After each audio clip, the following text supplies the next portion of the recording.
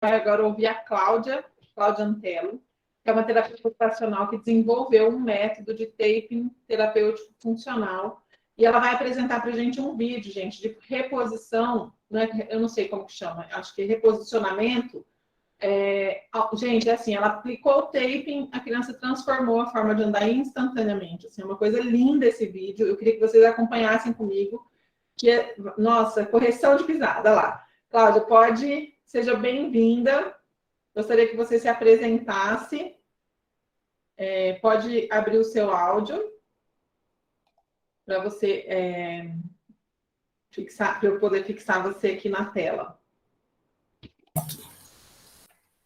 Acho que abriu, né? Isso, boa tarde. Boa tarde para todos. Um prazer imenso estar participando disso, né? Conhecendo a realidade de mais uma mãe e de outras profissionais, de outras pessoas que também vivem em torno, né, dessas pessoas com autismo. É um prazer imenso falar nisso, porque eu sou terapeuta ocupacional de formação, minha especialização é em neurologia infantil e adulto, e o meu mestrado é em desenvolvimento motor da criança. Então, assim, eu de alguma forma venho tentando agrupar todos os meus conhecimentos, né, e aplicar nessas áreas. E ouvindo, assim, de uma mãe a experiência de dia a dia com o autismo, é realmente, vamos dizer, uma rotina, né, que exige muito de ambas as partes, né, tanto do profissional em se dedicar a isso, a esse estudo, a essa aplicação de conhecimentos, como ao pai que tem que levar esse filho para as terapias. E eu não posso deixar de valorizar a participação do autista, né? Na minha experiência profissional já me mostrou assim diversos tipos de personalidade, de características, de comportamentos, e como na minha intervenção hoje eu trabalho mais com a parte da reabilitação física, né, a reeducação postural, as correções de algumas alterações neuromotoras ou musculoesqueléticas, eu achei muito interessante ouvir falar sobre essa trajetória, né? Eu vou apresentar para vocês um pouquinho, eu fiz um PowerPoint, onde eu falo de alguns itens que eu acho importante, que eu vou mostrar para vocês, e principalmente essa parte da correção da pisada em ponta de pé. Tá? Que eu sei que, assim, onde eu vou, uma das coisas que mais me solicitam sobre o trabalho com autista, na questão corporal mesmo, é a falta de contato do visual consigo mesmo, né? De repente, desenvolvendo uma determinada atividade de vida diária ou uma atividade física dentro de uma outra terapia, a gente percebe muito a falta dessa conexão entre o olhar para as mãos enquanto desenvolve uma atividade, ou olhar para um objeto, ou até mesmo olhar para o próprio terapeuta que o está atendendo, ou outras pessoas que estejam ao seu redor. E a segunda e a mais pedida é a correção da pisada, né? Essa pisada em ponta de pé, a gente sabe que ela pode ser sensorial, né? Ela pode ter um componente sensorial ou de uma hiporresponsividade, quer dizer, ele sente menos o contato, ou de uma hiperresponsividade, que seria o excesso da percepção do toque, tá? Então, essa criança, às vezes, ela pisa na ponta dos pés, também por um encurtamento do tendão de Aquiles, que daí é uma coisa que a gente também trabalha com a utilização de bandagem, porém, quando muito severo, é um caso que pode ser cirúrgico, né? Com uma correção muito bem aplicada e com bons resultados. Então, eu vou mostrar aqui um pouquinho para vocês. Deixa eu ver se eu entro direto aqui, só um minutinho.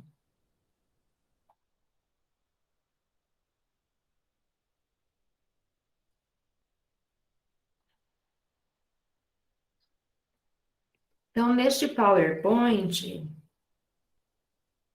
vamos ver, vamos compartilhar essa tela com vocês.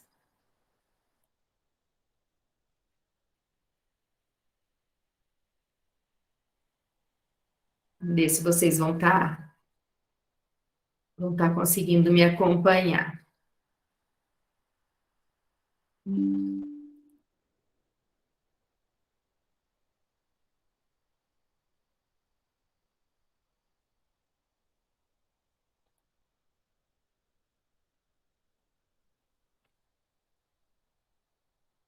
Estão conseguindo me acompanhar? Estava, mas saiu. Saiu? Um momentinho. Ela está na tela, mas ela estava. Aí, agora está na tela inteira, perfeito. Tá, ok. Então, aqui eu tentei demonstrar para vocês alguns itens, né, que nós, como terapeutas ocupacionais, temos que observar e explicar um pouquinho do que é a nossa função enquanto TO, né? Nós elaboramos os planos específicos de adaptação e busca para desenvolver no paciente a autoconfiança necessária para reduzir os impactos das características do TEA. Isso o que eu quero dizer, né? Que nesse plano de tratamento a gente vai colocar condições, adequações e das situações do dia a dia, né? Para as atividades de vida diária desse paciente, para que ele possa desenvolver uma autonomia com confiança, diminuindo e reduzindo esses impactos, né? Todos os comportamentos que nós conseguimos observar no paciente com TEA, ele está sempre em comparação para os terapeutas com o desenvolvimento neuropsicomotor padrão, né?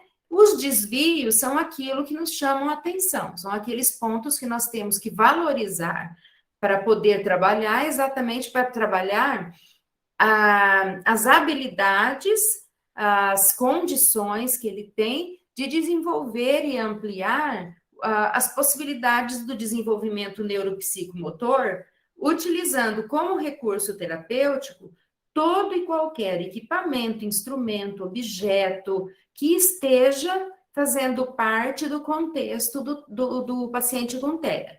Então, se nós não trabalhamos exatamente aquilo que ele tem ao redor dele, no cotidiano dele, nós não avançamos. E eu achei interessante, porque na colocação da Mara Rubi, ela fala exatamente disso. E eu perguntei se na AMA não tinha TO, porque essa visita também pode ser feita pela TO acompanhando o assistente social, exatamente para poder contextualizar o tratamento do paciente.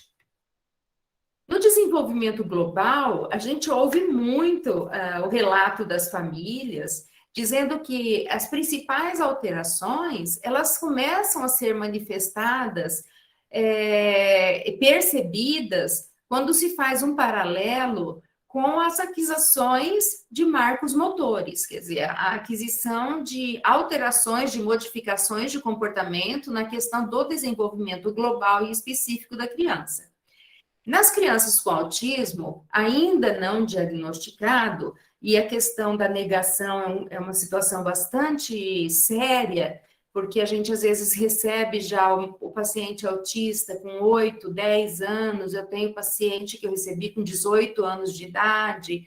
Então, assim, são situações realmente onde os familiares ou não conseguem perceber por não ter nenhum tipo de conhecimento do transtorno do espectro autista, ou até mesmo porque não querem perceber que realmente existe alguma coisa, né? Não conseguem perceber. Então, entre eles está a marcha em pontas de pé, muitas quedas quando eles estão aprendendo a andar, dificuldade em manter o equilíbrio, dificuldades em sentar-se e organizar-se para a coordenação da cabeça, olho e mão, e o atraso, por exemplo, para engatinhar e andar com ou sem apoio. Eu tive um paciente também, eu gosto de citar, que ele tinha um déficit de equilíbrio para toda atividade que fosse linear e progressiva. Por exemplo, ele não conseguia andar de bicicleta, ele não conseguia correr e chutar, Então, como algumas dessas especificidades de atraso motor, os pais despertaram que poderia haver alguma coisa a mais nessa situação.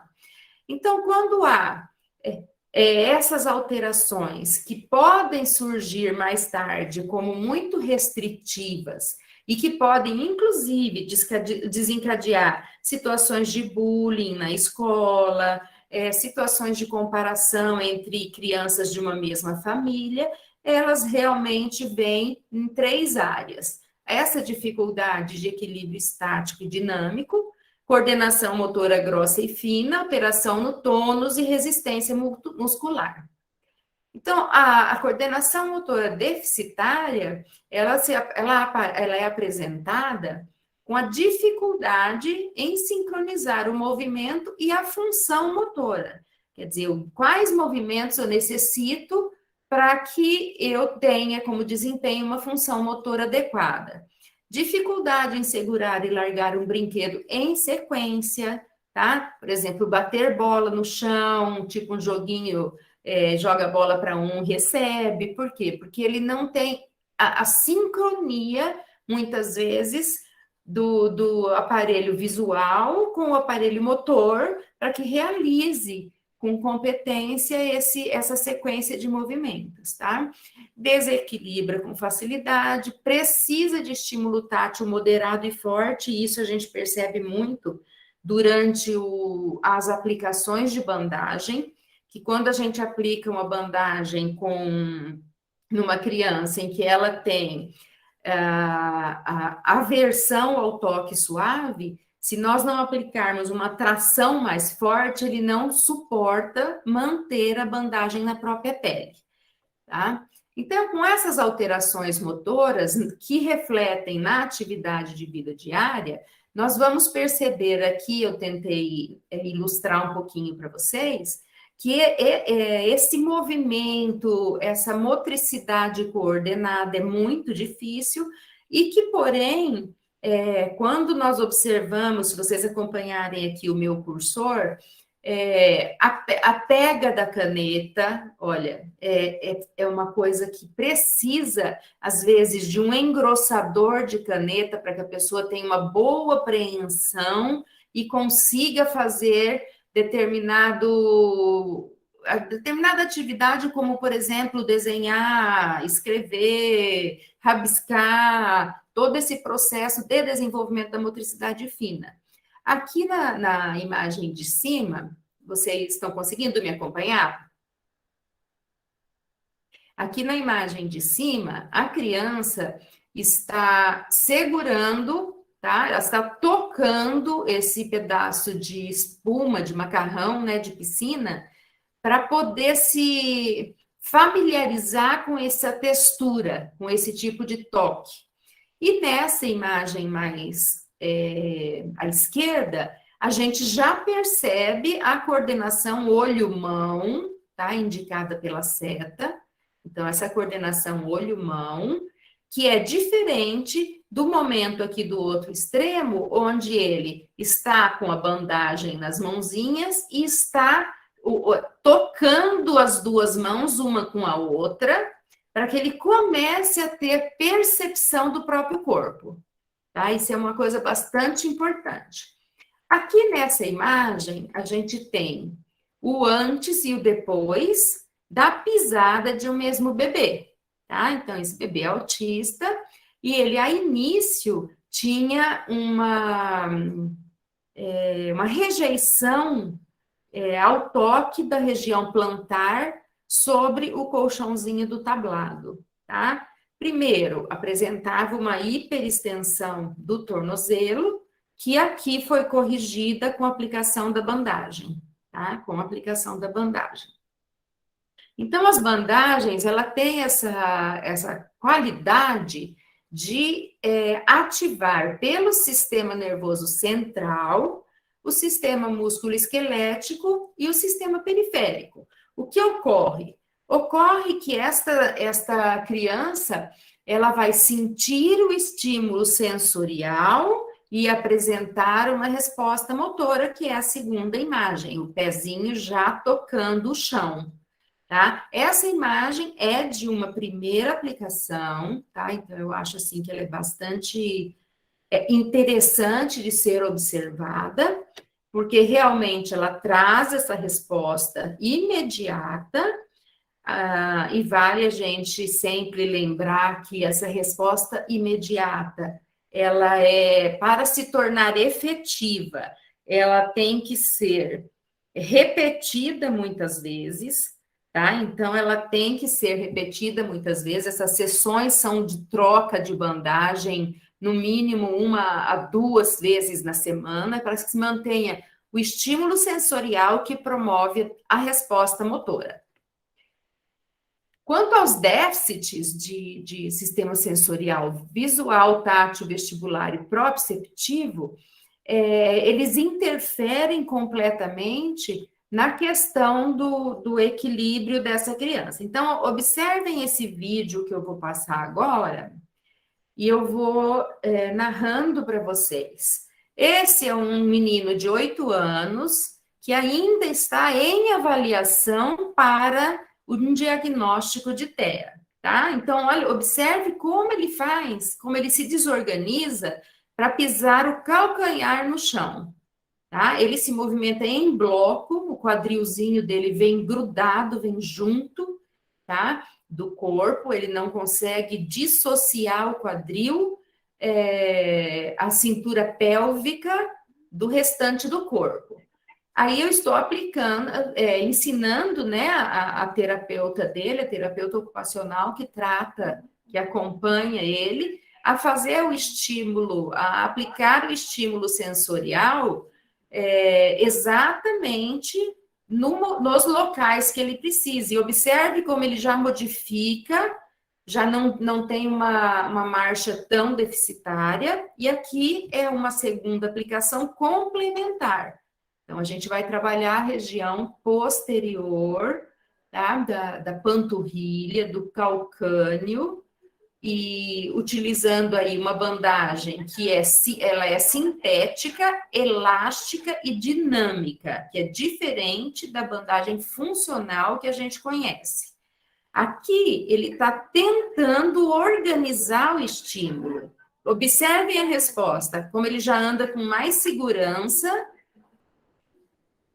Ele tenta olha, ele já consegue pisar o calcanhar no chão.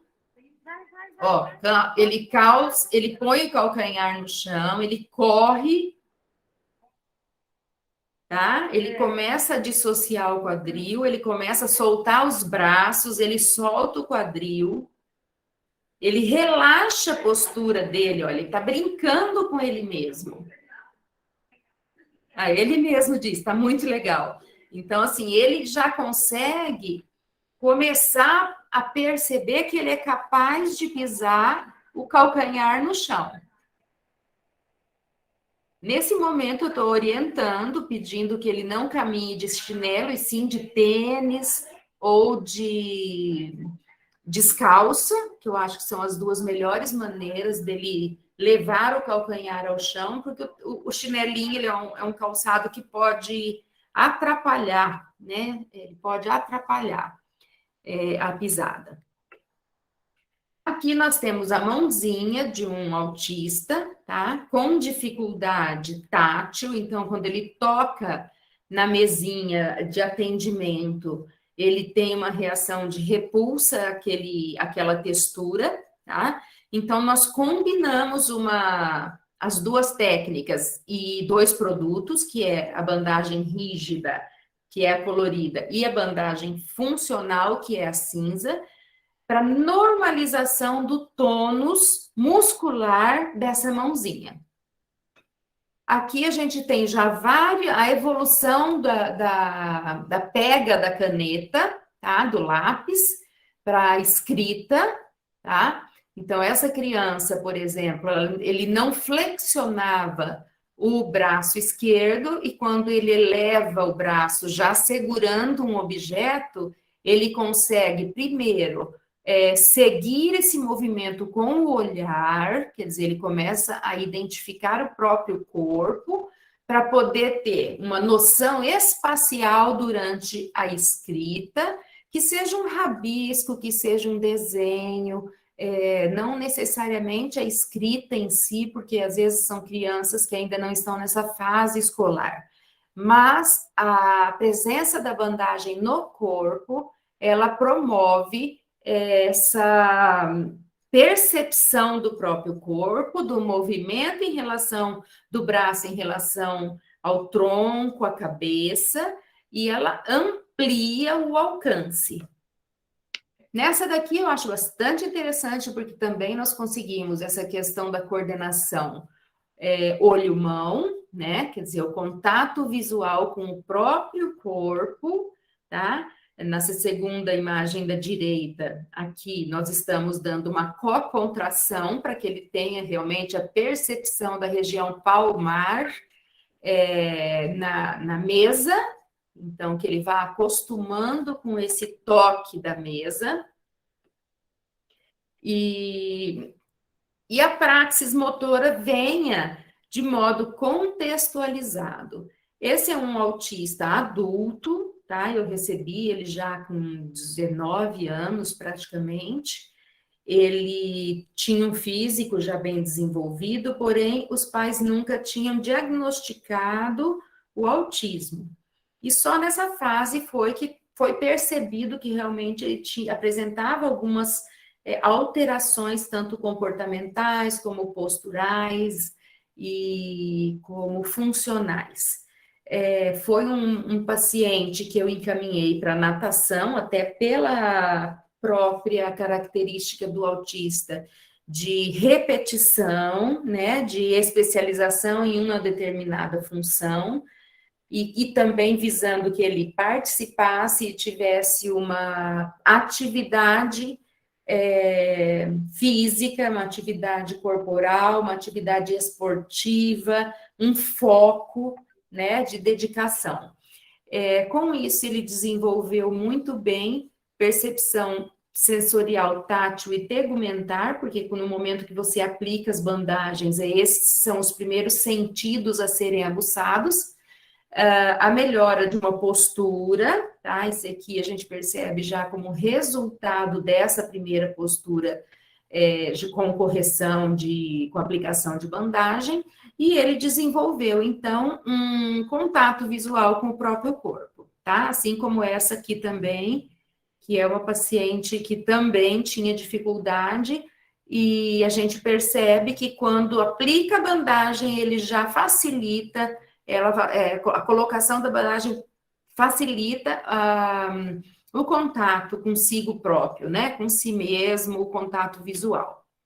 Essa bebezinha apresentava um tônus baixíssimo, né? Então, vista anterior com apoio da mãe, aqui sentadinha só com apoio da mãe, e aqui a gente já vê, olha, um alinhamento postural, um apoiozinho só em quadril, tá? Só no quadrilzinho, e ela já mantendo a cabecinha e mantendo uma postura muito mais adequada. Tudo isso porque realmente a gente tem o comprometimento da praxia, tá? Pelos déficits sensório-motor apresentados pelos pacientes. Essa também a gente consegue perceber com bastante eficiência, o pobre controle de cervical, tá? E aqui o controle durante o período de adaptação do estímulo sensorial dentro do sistema nervoso para que ele venha a apresentar uma resposta motora. Então, nesse momento, ele primeiro ergue muito a cabeça, sustenta anteriormente a cabeça, para daí ele relaxar, equilibrar e conseguir direcionar esse olhar. Com a bandagem rígida ou convencional, nós conseguimos promover a dorsiflexão para equilíbrio e marcha.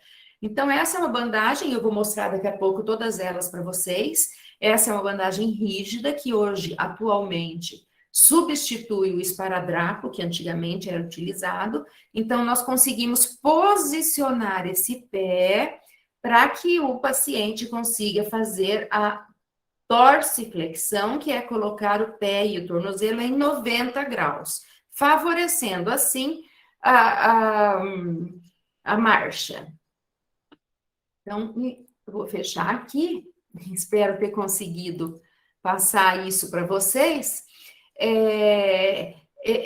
Eu sempre gosto de demonstrar um pouco sobre os materiais, e eu vou mostrar para vocês agora o que são as bandagens, tá? As bandagens são produtos que são feitos de tecido e fios de elástico. Essa que eu vou mostrar para vocês é uma bandagem específica para crianças, por quê? Porque ela apresenta, tá? Ela apresenta elasticidade longitudinal, então, ó, ela só aumenta de tamanho longitudinalmente, tá? Na largura, ela não apresenta elasticidade. Ela tem as estampas, ó, essas são de pandinhas, tá? Elas têm uma cola no verso, que é específica para a pele das crianças, tá? Então, assim, esse é um dos produtos que a gente utiliza em crianças com algum déficit motor ou neuromotor, incluindo, né, os autistas. Nós temos uma segunda bandagem que nós chamamos de Coban, tá? Ela é autoadesiva, ela tem elasticidade também só longitudinal, não tem cola, tá? Ela não tem cola em nenhum dos lados, ela é aplicada com várias voltas dela mesmo e fecha sobre ela mesma, ela cola sobre ela mesma, então ela não tem necessidade de ter a cola no verso para aderir à pele. Também bastante eficiente na situação dos posicionamentos articulares. O mundo da produção de bandagens tem evoluído extremamente.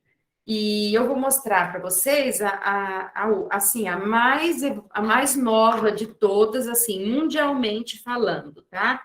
Ela é metalizada, tá? Ela já vem com perfurações, olha, percebam que ela tem perfurações no tecido. Isso é para quê? Para que a pele possa respirar. E essa aqui, ela é muito, muito, muito indicada para a correção, por exemplo, do pezinho dos autistas, tá? O lado certo dela é esse, que é brilhoso, e vocês vão perceber agora que eu vou tracionar a diferença na cor desse tecido. Eu vou aproximar bem. Ele tem esta cor, e quando eu traciono, ele vai mudando de cor. Tá? Olha a diferença. Isso aqui nos demonstra, para quem, como profissional que está aplicando o produto, qual o percentual de tração aplicado. Então, aqui eu tenho uma bandagem que não está tracionada, estou só segurando. No momento que eu traciono, ela muda de cor. Pela cor que ela apresenta, eu vou identificar se eu estou dando uma tração leve, moderada ou forte. Nos autistas, a gente usa, principalmente para correção dos pés, do tornozelo, a tração de moderada a alta. Tração suave e produto muito sutil, como é o caso, por exemplo, das bandagens de seda, vou mostrar para vocês também, não dão bom resultado.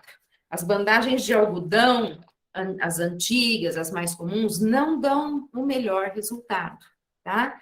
O melhor resultado é conseguido, essa aqui, por exemplo, é uma de seda, tá? Que ela é fininha, olha, maleável, tá? Fina, com fios de seda. Então, vocês percebam que ela é brilhosa. Não sei se dá para perceber bem a diferença, tá? Mas ela é brilhosa. Esse brilho, esse fio de seda que a gente tem nessa bandagem, é o que faz a diferença para que ela se torne uma bandagem indicada para peles suaves, sensíveis, peles de pessoas que têm propensão a processos alérgicos, tá? À medida que essa, por exemplo, que é a de algodão, a do pandinha, olha como ela já é mais, já não é tão molinha, ela não é tão maleável, olha a diferença das duas, tá? Uma é levinha, a outra é pesada. Então, na hora da aplicação, nós temos que utilizar aquela mais indicada para o seu paciente, para o objetivo que você quer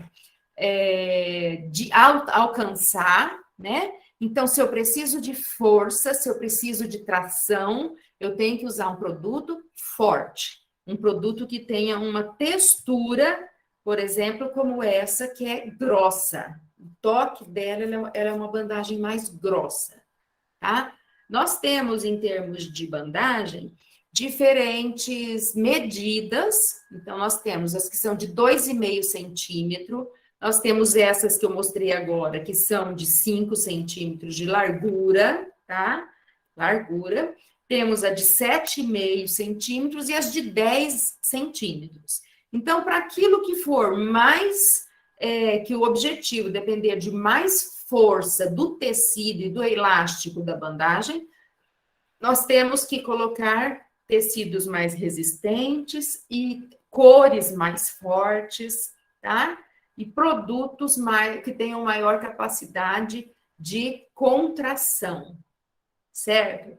Então, quando a gente trata com os autistas, realmente a gente não pode trabalhar com estimulação muito suave, tá?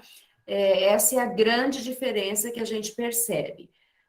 O trabalho com alguns produtos como existe esse tipo de bandagem também, ó, que são completamente perfuradas, que a pele respira melhor, tá? Então, quando eu tenho uma pele sensível, uma pele que não suporta elasticidade muito forte, ou não suporta a permanência da bandagem à pele por muitos dias, nós temos que utilizar essa que é perfurada, a begezinha de seda, que é suave.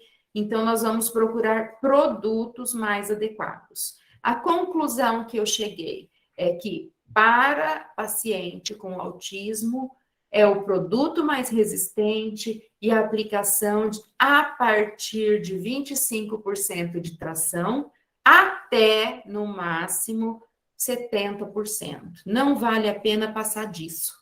Tá? Se você passa de 70% de tração na hora da aplicação, a lesão da pele é quase que certa. Então, isso não há necessidade de acontecer, porque o próprio paciente não vai mais querer utilizar esse recurso terapêutico, tá?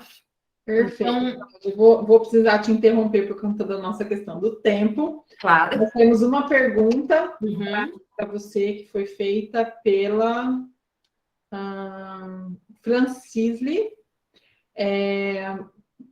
Né, falou que o seu trabalho é maravilhoso, te desejo parabéns, e poderia falar sobre disprasia de... Dispraxia. Por favor. A gente já está ultrapassando o horário, aí você explica certinho. Eu queria falar, gente, que é o seguinte: a Cláudia dá curso no mundo inteiro, né? E aí, no Instagram dela, eu já deixei aqui para vocês, quem pode fazer teu curso, como que funciona. Eu queria que você falasse resumidamente também sobre isso, porque a gente tem bastante profissional aqui que pode se interessar nesse aspecto, né? Tá bom. Bom, sobre a dispraxia, primeiramente a gente faz uma avaliação dessa dispraxia. E como terapeuta ocupacional, o que a gente vai procurar? Trabalhar a praxia, né? O fazer, né? E não aquilo que ele não consegue fazer. Então, a gente tenta entrar no âmbito das habilidades, tá? Favorecendo realmente esse paciente. Vamos ver se ainda tem... Não, já fechei. Aqui. Favorecendo mesmo essa questão da praxia, nesses momentos de terapia. Então, se eu vejo que um paciente não consegue realizar determinada atividade por uma incapacidade mesmo de dispraxia, né, uma situação de dispraxia, o que eu vou fazer? Eu vou promover com as bandagens a estimulação neuromotora para se ter uma resposta especificamente motora para que se desenvolva aquelas funções. Na nossa profissão, a gente chama de atividades de vida diária. é a questão da própria higiene, da própria alimentação, tudo aquilo que envolve o contexto diário de um paciente. Então, nós vamos trabalhar essa dispraxia tentando colocar a praxia em primeiro lugar, tá? Como a gente já está com pouco tempo, é um assunto um pouco mais extenso, vamos falar um pouquinho dos cursos, né? Os cursos são divididos em 7 módulos, dependendo da área de trabalho, da área de atuação do profissional que tem interesse em fazer. Nós temos, então, um módulo que é de reabilitação de membro superior, é o que eu recomendo que se faça em primeiro lugar. Por quê? Porque a gente trabalha realmente a autonomia e independência do paciente pela função manual, pela reabilitação dos membros superiores, tá? Esse curso, ele é específico e foi desenvolvido para terapeutas ocupacionais, tá? Hoje a gente abre algumas turmas também para fisioterapeutas e educadores físicos, mas são turmas específicas. A gente monta grupos de uma única profissão e trabalha dentro da competência dessas profissões. O neurotaping, que atende pacientes neurológicos adultos, então, entre os neurológicos e os sindrômicos adultos. O Taping Kids, que é voltado para todas as condições alteradas da infância, então é do lado prematurinho até a adolescência. Orthotaping é especificamente para questões ortopédicas, tá? Entra também um pouco de reumato e algumas situações como fibromialgia, entra diversas, abrange bastante áreas. Nós temos o Beauty Taping, que é a questão de pré, intra e pós-cirúrgico, de cirurgias de reconstrução, cirurgias de estética e assim por diante. Temos o Fonoband, que é específico para fonoaudiólogos, tá? No qual eu ensino técnicas para que essas pessoas utilizem dentro da sua competência profissional, tá? Eu sempre gosto de... os psicomotricistas podem fazer o curso do Taping Kids, tá? Eles podem fazer, sim, o Taping Kids. Médicos, todas as pessoas que trabalham realmente com a área de saúde podem fazer o curso, tá? No Brasil não existe uma legislação que determine quem pode fazer, porém, tem que ser profissionais da saúde, não pode ser qualquer pessoa, e muito menos que não tenha uma graduação de terceiro nível, né, de terceiro grau, tá bom? Então é isso, gente, muito obrigada pela oportunidade, estarei sempre à disposição de todos. O meu Instagram é @claudiaantelo.to, eu vou colocar aqui para vocês, e a gente está sempre aí postando e trabalhando nessa área para poder facilitar e melhorar o desenvolvimento dos autistas, tá, gente? Muito obrigada e até a próxima. Perfeito. Obrigada mesmo pela sua disponibilidade aí, pelo trabalho maravilhoso que você faz. Eu que agradeço. Eu vou só complementar uma coisa que eu não vi se você falou, que o curso, né, tem uma plataforma online que faz a parte teórica. Tem, realmente. Eu vou colocar aqui também, então, na nossa conversa. E aí, depois, põe seu site aí, que o pessoal que estiver interessado pode acessar o site e ver todas as informações. Exatamente, e a gente está à disposição aí para as informações e o que mais vocês precisarem, tá bom? Muito obrigada. Obrigada.